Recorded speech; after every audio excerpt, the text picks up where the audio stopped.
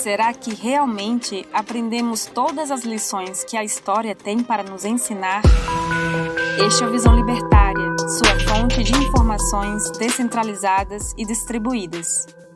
A Lista de Schindler é um premiado filme de 1993, dirigido e produzido por Steven Spielberg e baseado na história real de Oskar Schindler, um notável industrialista alemão que foi reconhecido por salvar vidas de judeus durante o Holocausto. O protagonista da história é interpretado pelo ator Liam Neeson. A trama inicial se desenvolve na cidade de Cracóvia, na Polônia, a partir de 1939, logo após a anexação do país pelo Partido Nacional Socialista dos Trabalhadores Alemães, mais conhecido como Partido Nazista. Por meio de um decreto, os judeus que viviam na Polônia foram obrigados a se mudar do interior para cidades maiores, além de serem registrados e fichados pelos governantes alemães. Durante o domínio alemão, milhares de judeus chegavam a Cracóvia diariamente. Enquanto o nível de tensão e assédio a judeus aumentava gradualmente, Oskar Schindler, então filiado ao Partido Nazista e conhecido pela sua boa reputação e carisma, instalou-se na cidade com a intenção de ganhar dinheiro com contrabando, mercado negro e, posteriormente, com a fabricação de utensílios e suprimentos para o esforço de guerra alemão.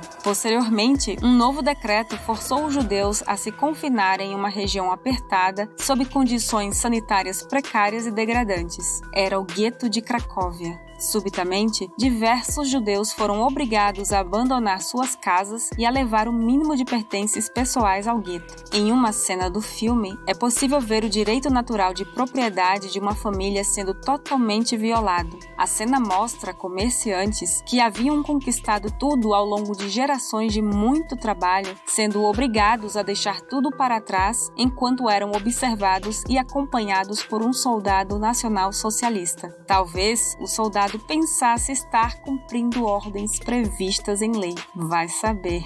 Após finalmente ter estabelecido a sua fábrica, sob autorização de seus conhecidos do Partido Nazista, Oskar utilizou o trabalho de centenas de judeus, pois era uma mão de obra escrava e muito barata. Para cada hora de trabalho de um judeu, o industrial pagava um valor prefixado para o exército alemão. Para os mais atentos, fica nítido que o Terceiro Reich não tinha um sistema de economia de mercado baseado em oferta e demanda. A economia era planificada, centralizada em burocratas e com viés altamente socialista. Segundo o economista da escola austríaca Ludwig von Mises, que era filho de judeus e escapou de Viena temendo a ascensão antissemita, a economia da Alemanha era totalmente subordinada ao planejamento central, que ordenava às empresas o que e quanto produzir, onde comprar matérias-primas e o quanto pagar por elas, e a quem vender os produtos e por qual preço. Os trabalhadores eram designados para determinadas fábricas e recebiam salários decretados pelo governo. Todo o sistema econômico era regulado nos mínimos detalhes pelo governo. Por ter uma boa estrutura de contatos e propinas, Oskar Schindler prosperou e ganhou muito dinheiro. Entretanto, conforme ele se aproximava mais dos judeus, ele passava a sentir compaixão e piedade e se sentia mal com os maus tratos praticados pelos nazistas. Parece absurdo, mas, à época, esse tipo de sentimento era incomum,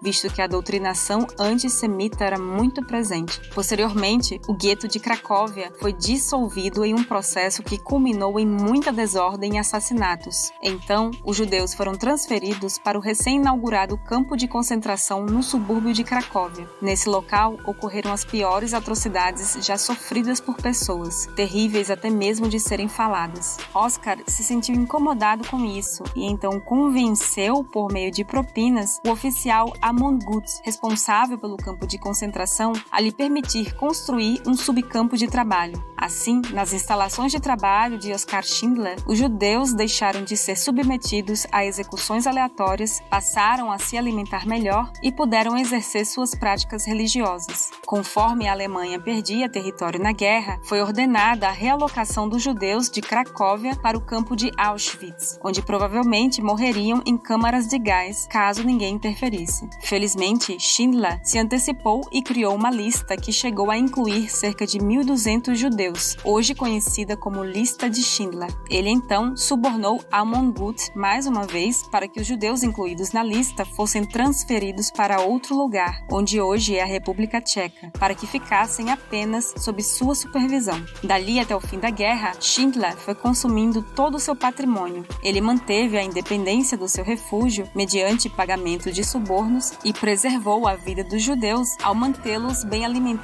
e seguros. Na cena final, o filme mostra a rendição da Alemanha em maio de 1945, quando Oscar se despede dos judeus e é consolado após julgar que poderia ter tentado salvar mais pessoas. Durante a despedida, ele recebeu de presente um anel feito pelos judeus salvos e também uma declaração assinada por vários deles. Essa declaração detalhava o importante papel de Schindler na sobrevivência dos refugiados e também serviu para manter a inocência e liberdade de Schindler após a guerra. Nos anos seguintes, Schindler fracassou em seus negócios e, em seus últimos anos de vida, foi apoiado financeiramente por judeus que ele protegeu. Ele foi reconhecido com um prêmio de Justo entre as Nações, em Israel, e teve seu corpo enterrado em Jerusalém após sua morte em 1974. Graças ao seu trabalho heróico, uma reportagem de 2012 estimou que mais de 8.500 descendentes dos judeus salvos por ele estavam espalhados pelo mundo. Aqui cabem algumas reflexões libertárias.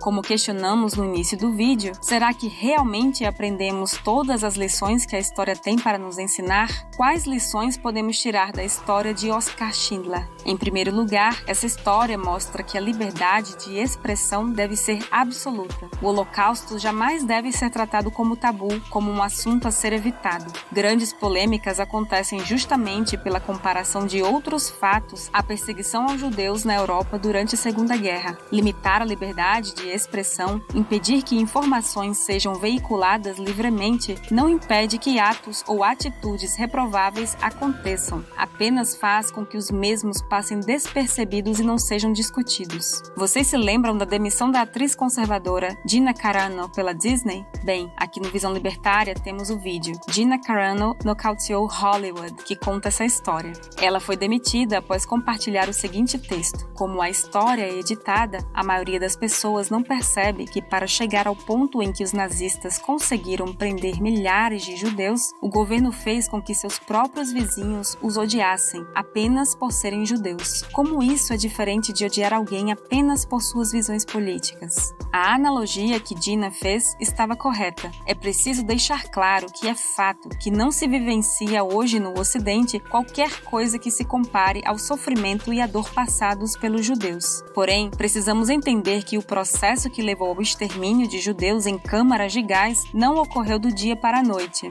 Foi o resultado de várias concessões e pequenos detalhes que foram pouco a pouco sufocando as liberdades individuais. Devemos estar sim atentos aos precedentes e não sermos coniventes com as medidas autoritárias defendidas recentemente. Além disso, a marcação com a estrela de Davi nas roupas dos judeus foi o símbolo usado para dividir cidadãos em castas, marcando um grupo de pessoas comuns, obedientes e submissas ao Estado, e separando-as dos demais. Não se pode aceitar jamais que um governo divida seus cidadãos, seja através de símbolos ou da exigência de documentos que comprovem sua obediência ao Estado. Ainda, regulações impostas por governos, como por exemplo para posse e porte de armas para defesa pessoal ou prática esportiva, devem estar sob grande suspeita. A regulação contra a posse de armas apenas para judeus, assinada em novembro de 1938, nos ensinou que devemos ser céticos com todas as ações de políticos que buscam promover o desarmamento civil. Por trás de discursos bonitos, as intenções podem não ser as melhores para você. Outro ponto importante é que durante a perseguição e aprisionamento dos judeus, os nazistas verificavam sua condição física e a profissão que desempenhavam. A depender de sua classificação classificação como trabalhador essencial ou não essencial, os judeus eram aproveitados como operários ou descartados. Esse acontecimento reforça que parasitas estatais jamais devem ter o poder de determinar quais profissões ou atividades são ou não essenciais, nem mesmo indicar qual tipo de produto é ou não essencial para ser vendido em um estabelecimento. Infelizmente, genocídios não fazem parte apenas do passado, um passado nem tão distante assim. Neste instante, milhões de hongkonguenses, uigures, mongóis, praticantes de Falun Gong e tibetanos são vítimas de assimilação pelo Partido Comunista Chinês. A depender do grupo em questão, os indivíduos sofrem por exclusão linguística e cultural, censura, aprisionamento em campos de concentração, esterilização forçada, tortura, remoção forçada de órgãos e outras crueldades que são escondidas do público, sob uma cortina de fumaça. Por conta da influência econômica da ditadura chinesa em muitos países, inclusive o Brasil,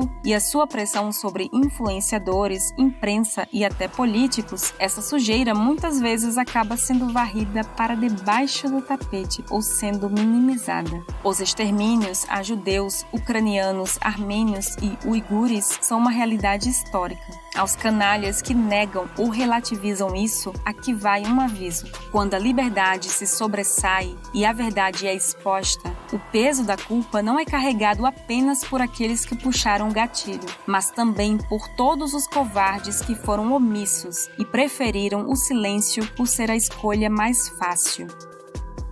Obrigada por sua audiência. Este artigo foi sugerido e escrito por Gabriel Costa e revisado e narrado por Baby Oda. Se você quiser contribuir para a causa da liberdade, clique no like e compartilhe o vídeo em sua rede social. Considere também se inscrever em nosso canal e clicar no ícone de campainha.